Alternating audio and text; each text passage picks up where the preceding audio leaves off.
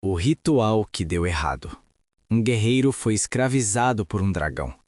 Sua alma foi oferecida como sacrifício, e o ritual deu errado, não da forma que você imagina. O dragão não morreu. A entidade não foi invocada. O que aconteceu foi muito pior. O guerreiro virou as coisas ao contrário. Subjugou a alma do dragão. Subjugou o demônio que habitava o ritual. E se fundiu com os dois. Carne, fogo e trevas.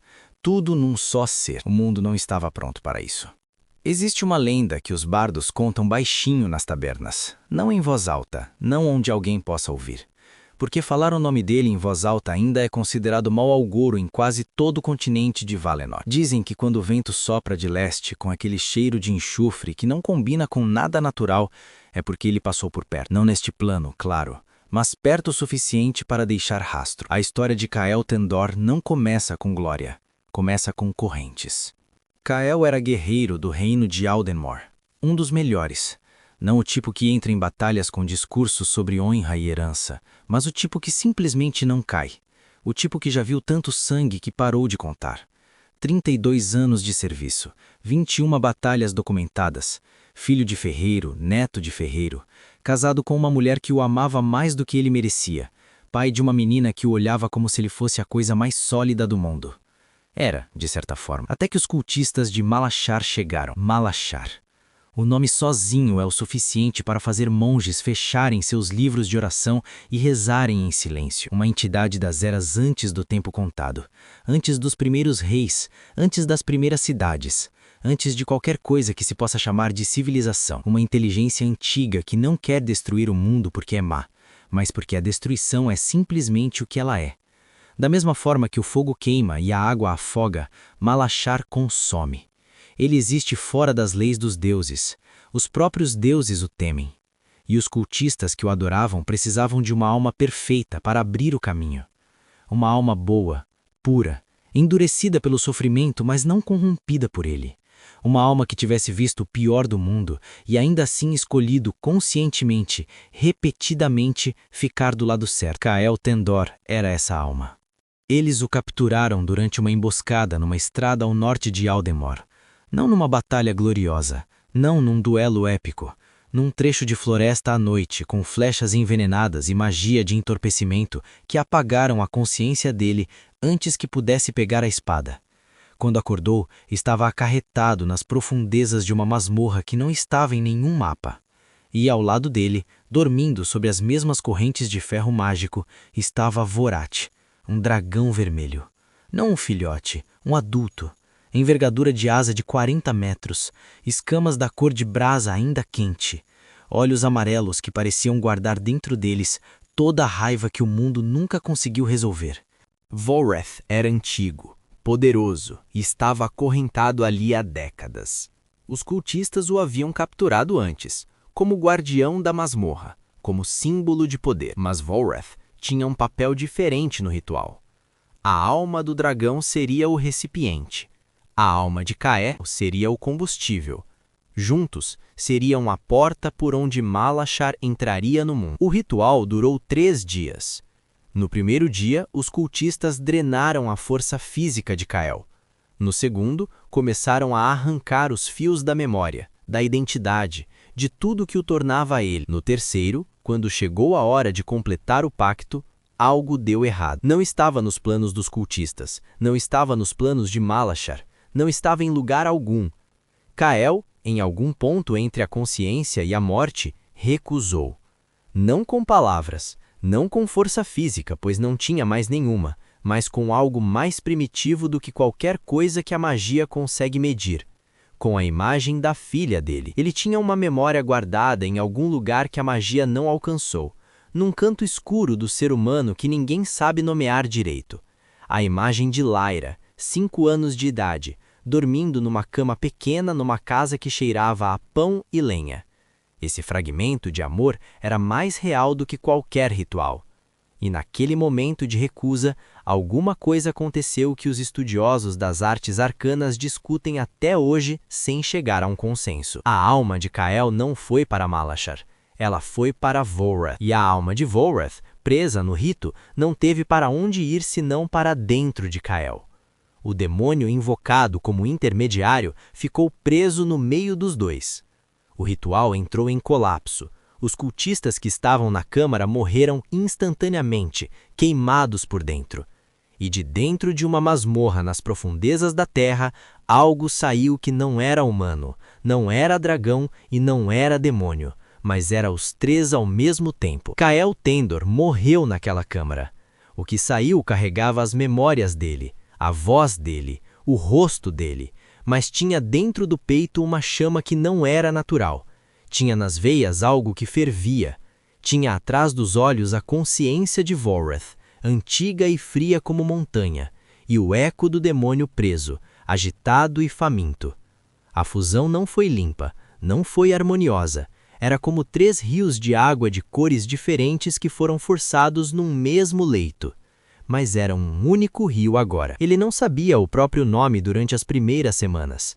Vagou pelo subterrâneo, destruindo tudo que encontrava, não por raiva, mas porque a presença dele simplesmente destruía coisas.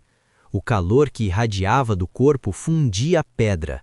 Os olhos dele, quando abertos completamente, emitiam luz como tocha. Quando finalmente subiu para a superfície, era noite. Uma aldeia pequena na fronteira norte ficou sabendo da existência dele antes de qualquer outro lugar. Não porque ele a atacou, porque quando atravessou a praça central, os poços transbordaram de água quente. Os cavalos fugiram, as crianças choraram sem saber o porquê. Ele só queria encontrar a família.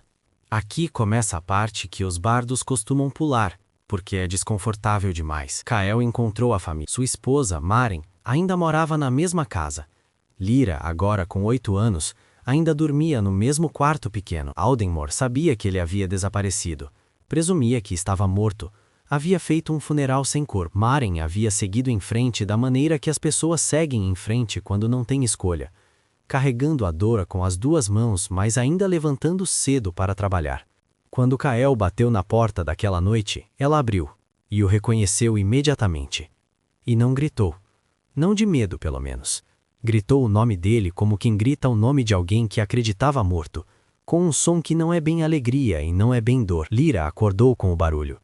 Desceu as escadas sonolentas, viu o pai. E sorriu. Essa foi a coisa que quase destruiu Kael, antes que ele destruísse qualquer outro lugar. Porque, com Lyra sorrindo para ele, a parte humana ficou mais forte por um momento. Mas a parte de Volrath entrou em pânico. A parte do demônio começou a se retorcer. Ele conseguia sentir o calor saindo dos próprios poros. Sabia que estava derretendo lentamente as maçanetas da porta. Sabia que a presença dele em lugares fechados era um perigo. E ainda assim ficou. Uma semana. Só nessa semana a notícia se espalhou pelo reino. O rei de Aldemor, Osric, o Velho, mandou cavaleiros investigar os relatos de uma criatura que havia atravessado o vilarejo do norte. Eles encontraram rastros de patas nos campos, pedras fundidas em trilhas irregulares, e num celeiro a forma perfeita de asas queimada no telhado de madeira, como se algo imenso houvesse pousado e decolado. Quando chegaram à casa de Maren Tandor, encontraram a mulher na porta. Ela disse que não havia nada ali. Os cavaleiros procuraram. Encontraram apenas as paredes ligeiramente quentes ao toque. Kael estava no porão, encolhido, tentando ser menor do que era. Na manhã seguinte, ele foi embora. Não porque Maren pediu. Ela não pediu. Foi porque Lyra ficou doente durante a noite. Febre alta, delírios. O curandeiro do vilarejo não sabia explicar de onde viera, mas Kael sabia. Era o calor. Era a presença dele.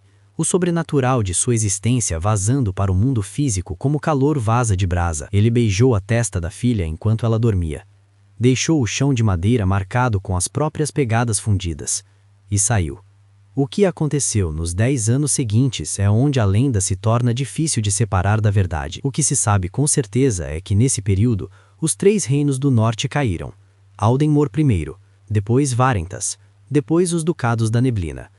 Não numa invasão convencional, não com exércitos e estratégias e batalhas documentadas.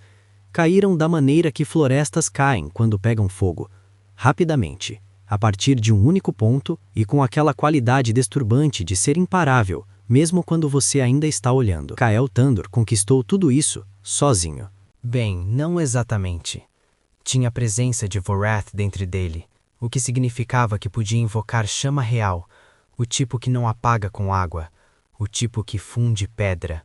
Tinha a consciência do demônio dentro dele, o que significava que entendia instintivamente como estruturas de poder funcionam, quais cadeias quebrar primeiro, quais aliados cooptar antes de combater. E tinha as memórias de Kael, o guerreiro que havia passado 30 anos entendendo como exércitos pensam, onde ficam os pontos frágeis de uma formação, como fazer soldados quebrarem antes que a batalha comece. Os maiores guerreiros do continente foram chamados um a um. Aldrich, o implacável, que havia sobrevivido 42 duelos sem nunca receber uma ferida grave, foi encontrado 3 dias depois do encontro com Kael numa clareira a 6 quilômetros do local do confronto, sem marcas de luta, apenas sentado contra uma árvore com olhos abertos, mas sem nada dentro. Os curandeiros disseram que sua mente havia simplesmente apagado. Os Irmãos de Ferro, uma ordem de 6 paladinos sagrados, foram de encontro a Kael nas planícies de Ash numa manhã de outono, com armaduras abençoadas por 3 deuses diferentes. Quando o pó baixou, 5 deles estavam mortos.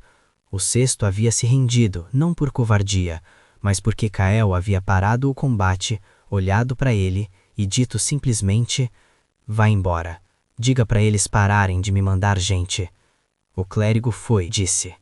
Não pararam. Vieram magos, arqueiros élficos de Floresta Profunda, mercenários das cidades livres do sul, criaturas invocadas por sacerdotes desesperados, golem de pedra que levou anos para ser construído e durou 14 segundos de combate. Nada parou. Enquanto isso, Lyra crescia. Ela tinha 18 anos quando os exércitos do norte finalmente quebraram e o rei Osric fugiu da capital.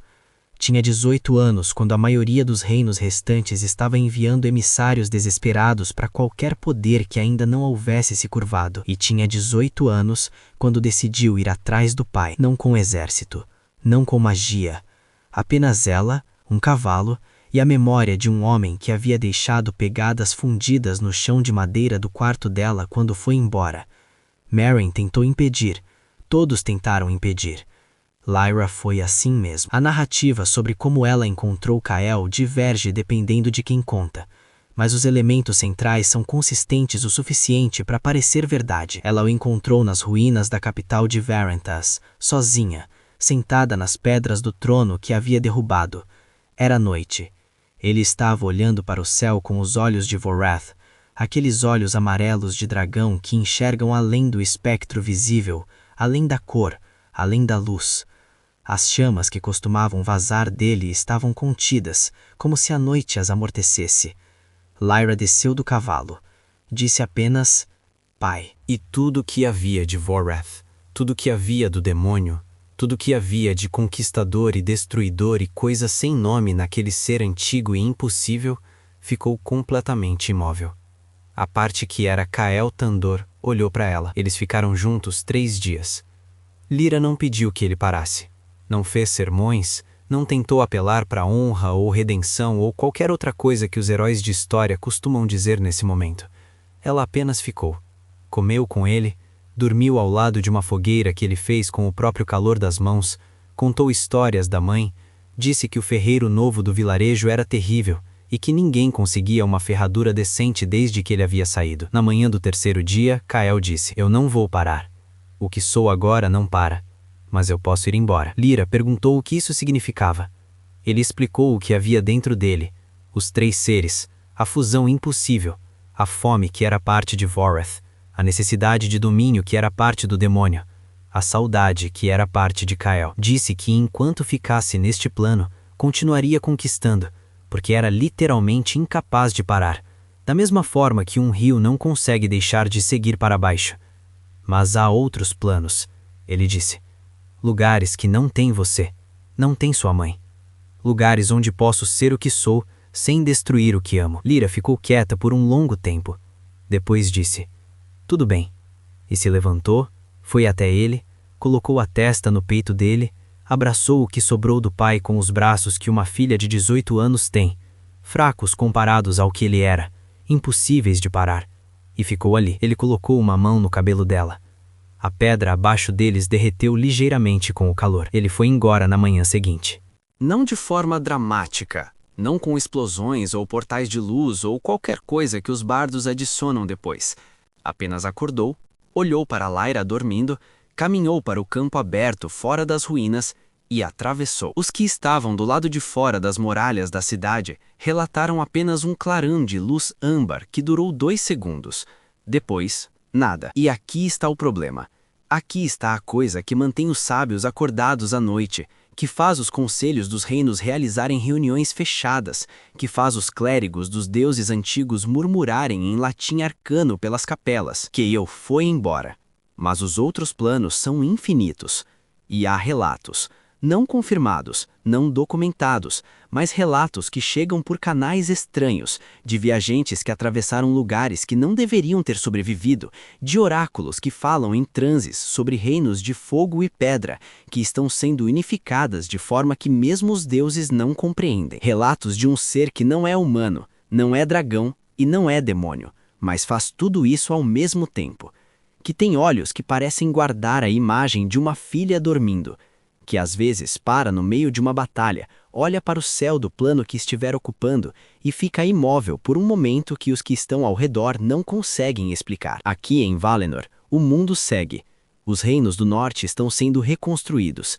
Lyra Tandor, que tinha 18 anos quando o pai foi embora, agora tem 32 e é conselheira do novo conselho interino que tenta costurar os fragmentos de Aldenmore. Ela não fala sobre o pai publicamente, mas os viajantes que passam pela cidade juram que nas noites de vento quente do leste, com aquele cheiro de enxofre que não combina com nada natural, às vezes a veem na janela alta da torre do conselho, olhando para o horizonte, esperando. Ou talvez apenas ouvindo. A lenda de Chaol Tandor não tem fim porque ele não morreu. Apenas foi embora. E tudo que foi embora, em algum momento, tem a chance de voltar. Se você quer continuar nesse mundo, o próximo vídeo continua a história. Se inscreva no canal.